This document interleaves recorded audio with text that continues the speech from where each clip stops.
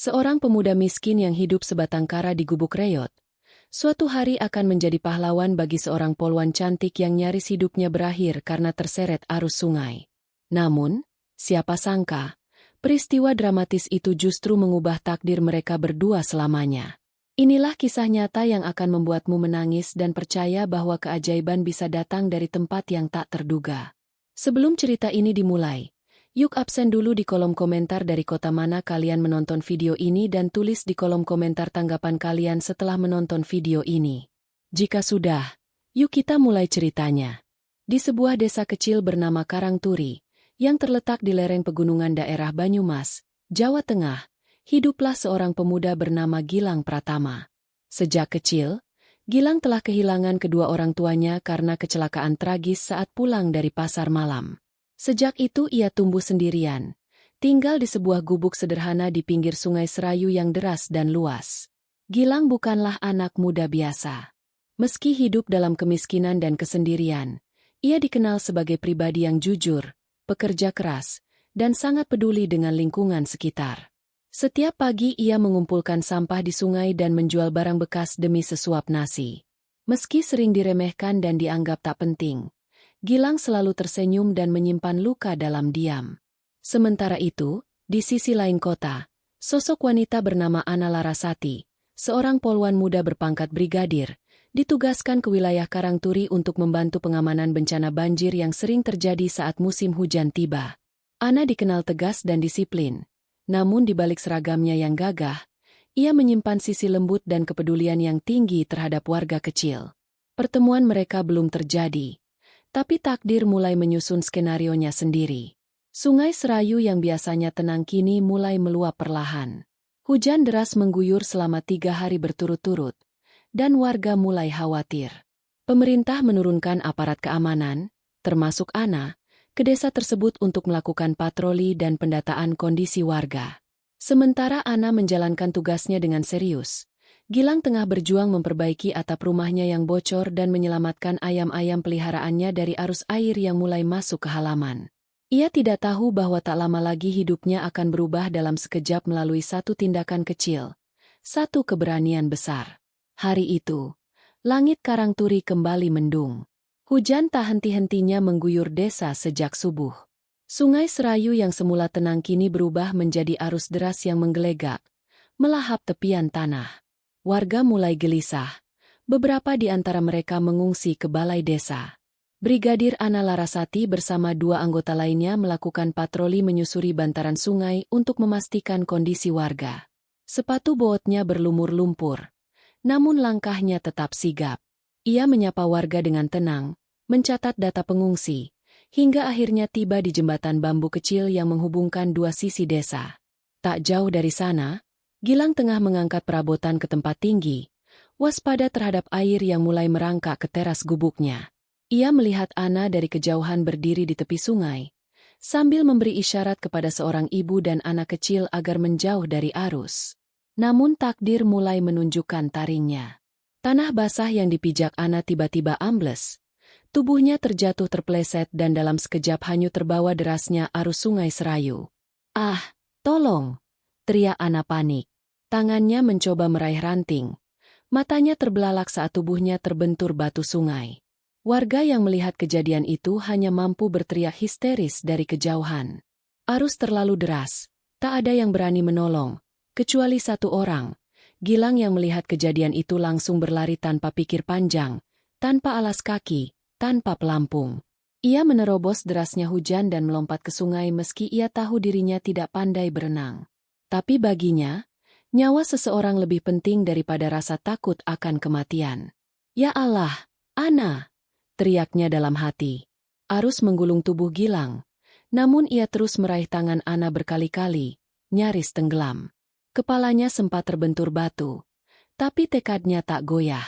Dengan sisa tenaga dan bantuan ranting besar, akhirnya ia berhasil menarik tubuh Ana ke tepian yang lebih aman. Warga bersorak, beberapa menangis.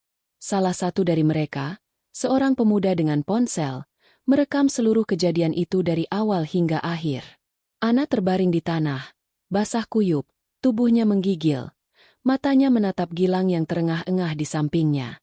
Wajahnya penuh lumpur, namun matanya tulus. Di detik itu juga, hubungan mereka dimulai, bukan dari kata-kata, tapi dari nyawa yang diselamatkan. Video itu, dalam hitungan jam, tersebar di media sosial. Pemuda miskin selamatkan poluan hanyut di Sungai Serayu. Headline itu menjadi viral.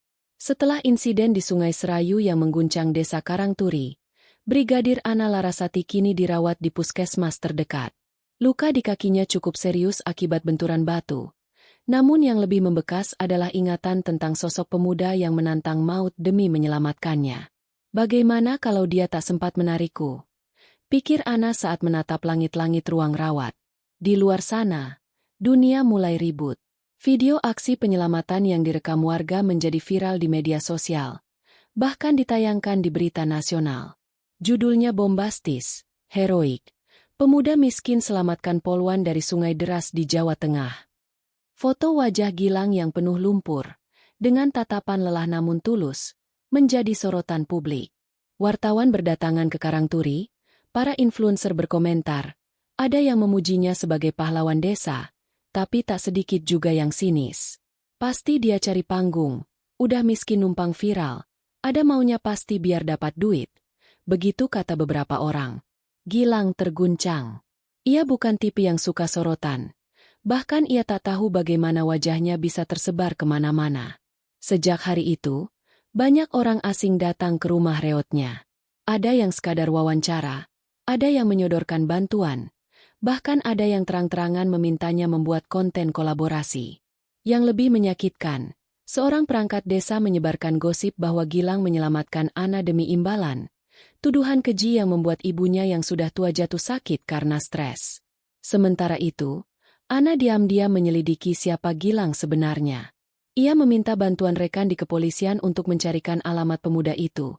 Dan ketika ia akhirnya berdiri di depan rumah reot dari papan kayu yang nyaris roboh, Ana tercekat.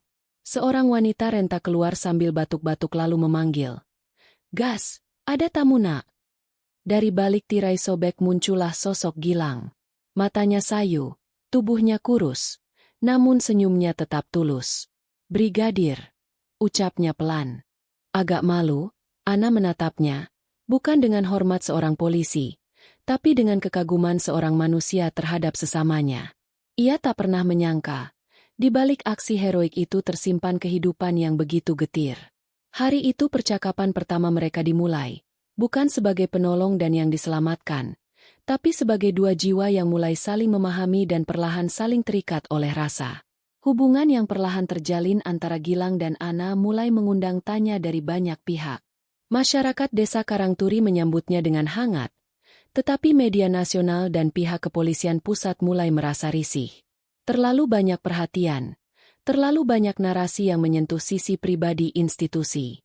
Sebuah panggilan resmi datang ke kantor Polres tempat Ana bertugas. Di ruangan yang dingin dan penuh tekanan itu, Ana duduk di hadapan atasannya, Kompol Ratna. Nada suara sang atasan tenang tapi tajam. "Brigadir Ana, hubungan personal Anda dengan pemuda itu, Gilang, sudah jadi konsumsi publik. Ini mencederai citra institusi. Anda anggota Polri, bukan tokoh sinetron." Ana hanya bisa menunduk. "Dia hanya orang biasa, Bu. Dia menyelamatkan nyawa saya," jawab Ana. "Justru karena itu, Anda berhutang nyawa, bukan hati." Perintah tak langsung pun disampaikan. Ana dilarang menjalin kontak lagi dengan Gilang. Jaga jarak, fokus ke karir. Jangan rusak nama baik institusi demi rasa hati sesaat, kata mereka. Ana gelisah. Ia menolak untuk menyerah begitu saja. Maka diam-diam, pada sore harinya, ia kembali ke Karangturi. Namun, saat ia tiba, rumah kayu reot tempat Gilang tinggal telah kosong. Ibunya sudah tak ada. Tetangga bilang, mereka pergi diam-diam dini hari tadi. Ana panik. Ia berkeliling desa, bertanya pada warga. Namun tak ada yang tahu pasti kemana Gilang pergi. Hanya ada sebuah surat kumal yang ditinggalkan di balik pintu, tertulis tangan dengan tinta luntur. Ana membacanya dengan tangan gemetar.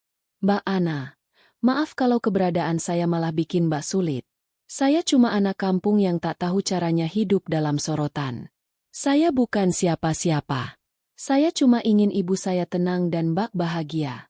Kalau hidup saya bisa berguna sekali ini saja, itu sudah cukup. Saya pamit. Jaga diri baik-baik ya, Mbak. Air mata Ana jatuh di atas kertas yang sudah rapuh itu. Ia tak peduli lagi pada jabatan atau sorotan di hadapannya. Bukan hanya seorang pemuda miskin yang pernah menyelamatkan nyawanya, tapi seorang manusia dengan ketulusan yang tak bisa dibayar oleh jabatan atau pangkat. Kini ia berdiri di tengah dilema. Apakah ia akan tunduk pada sistem atau memperjuangkan hati nuraninya sendiri? Hari-hari berlalu sejak Gilang menghilang. Desa itu kembali sunyi seperti sedia kala. Tapi tidak dengan hati Ana. Semenjak ia membaca surat dari Gilang, pikirannya tak pernah benar-benar tenang. Di kantor, sorot mata rekan-rekannya mulai berubah. Bisik-bisik tentang kasus Polwan dan pemuda miskin makin tak terbendung. Atasannya mulai menyarankan Ana untuk mengambil cuti atau pindah tugas. Namun pagi itu, Ana membuat keputusan besar. Aku ingin mengundurkan diri dari penugasan luar kota. Ucapnya tegas di hadapan atasannya. Ana, kamu sadar konsekuensinya? Sang atasan menatap tajam. Saya sadar, Bu. Tapi saya lebih sadar kalau ada sesuatu yang lebih penting daripada citra dan jabatan, yaitu rasa kemanusiaan. Jawabnya. Tanpa menunggu restu penuh, Ana berangkat kembali ke desa. Hatinya terpanggil untuk mencari Gilang, bukan karena rasa iba, tapi karena rasa hormat dan terima kasih yang tulus yang tak pernah sempat ia ucapkan secara langsung. Sesampainya di desa, Ana meminta izin pada kepala desa untuk menyampaikan pernyataan terbuka. Sebuah mimbar kecil dibangun di depan balai desa. Wartawan yang sebelumnya sibuk mengejar sensasi mulai berdatangan kembali. Tapi kali ini mereka melihat sosok Ana yang berbeda. Tegas namun lembut. Kuat namun bersahaja. Saya Ana Wulandari. Ingin menyampaikan bahwa apa yang dilakukan Gilang bukan demi popularitas atau pencitraan. Ia menolong saya dalam kondisi nyawanya pun terancam. Meskipun ia sendiri tidak bisa berenang. Ia hanya mengikuti kata hatinya. Bukankah itu hal paling mulia dari seorang manusia? Orang-orang yang mendengar mulai terdiam. Bahkan seorang ibu yang sebelumnya menganggap Gilang cari panggung kini menunduk malu. Perlahan, wajah Gilang yang sebelumnya dicibir berubah jadi simbol ketulusan. Banyak warga yang mengaku menyesal telah memfitnahnya. Ana tidak peduli pada jabatan, pada tekanan institusi, atau pada cibiran. Baginya saat ini hanya satu hal yang penting, memastikan orang yang menyelamatkan hidupnya tidak kehilangan hidupnya sendiri karena fitnah dan penghakiman. Namun Gilang belum juga ditemukan. Langit sore di atas sungai Kali Biru berwarna jingga keemasan. Arus sungai mengalir pelan, seolah ikut menenangkan hati yang selama ini bergejolak. Di tepi sungai yang dulu menjadi saksi pertemuan dramatis mereka, Ana berdiri menggenggam selembar surat lama yang ditulis oleh Gilang, surat yang dulu membuatnya menangis. Diam-diam angin meniup lembut rambut Ana yang kali ini tak memakai seragam. Ia tampak lebih manusiawi, lebih dekat, dan lebih jujur pada dirinya sendiri. Ia menatap air yang mengalir dan mengenang detik-detik saat dirinya hanyut dan seorang pemuda tanpa nama menantang maut demi dirinya. Tiba-tiba langkah pelan terdengar dari balik semak. Ana menoleh. Gilang muncul dari balik pohon dengan pakaian kerja sederhana dan topi caping yang biasa ia kenakan. Seketika dunia Ana terasa sunyi. Hanya ada mereka berdua dan suara hati yang selama ini tertahan. Suara Gilang bergetar, antara tak percaya dan canggung. Ana tersenyum, matanya berkaca-kaca. Kamu pergi begitu saja tanpa pamit, kata Ana. Aku cuma orang biasa. Aku takut kehadiranku justru jadi beban buat kamu. Jawab Gilang. Kamu salah, Ana. Gilang melangkah maju. Kamu bukan beban. Kamu penyelamat. Bukan cuma nyawaku yang kamu selamatkan, tapi juga hatiku. Gilang terdiam. Ia menunduk, berusaha menyembunyikan perasaan yang bertumpuk. Aku tinggalkan kota. Aku tinggalkan jabatan. Karena aku sadar kebahagiaan bukan tentang pangkat atau pujian, tapi tentang siapa yang membuat hati ini tenang. Ana berdiri tepat di hadapan Gilang. Dekat sangat dekat. Gilang menatap mata wanita itu. Dan untuk pertama kalinya ia tak merasa rendah diri. Aku ingin menjalani hidup ini dengan orang yang berani bertaruh nyawa untuk orang lain dan tidak pernah meminta balasan, kata Ana. Sebelum Gilang sempat menjawab, Ana mendekat dan dengan lembut mencium bibir Gilang. Sekejap dunia terasa berhenti. Mata Gilang terpejam. Tangannya gemetar menahan haru. Ciuman itu bukan sekadar cinta. Itu adalah penghargaan tertinggi yang tak bisa diucapkan dengan kata-kata. Saat mereka berpisah, Ana menatapnya sambil tersenyum. Mulai sekarang, kamu nggak sendiri lagi. Gilang hanya mampu mengangguk. Matanya basah. Tapi kali ini bukan karena duka, melainkan kebahagiaan yang tak pernah ia duga.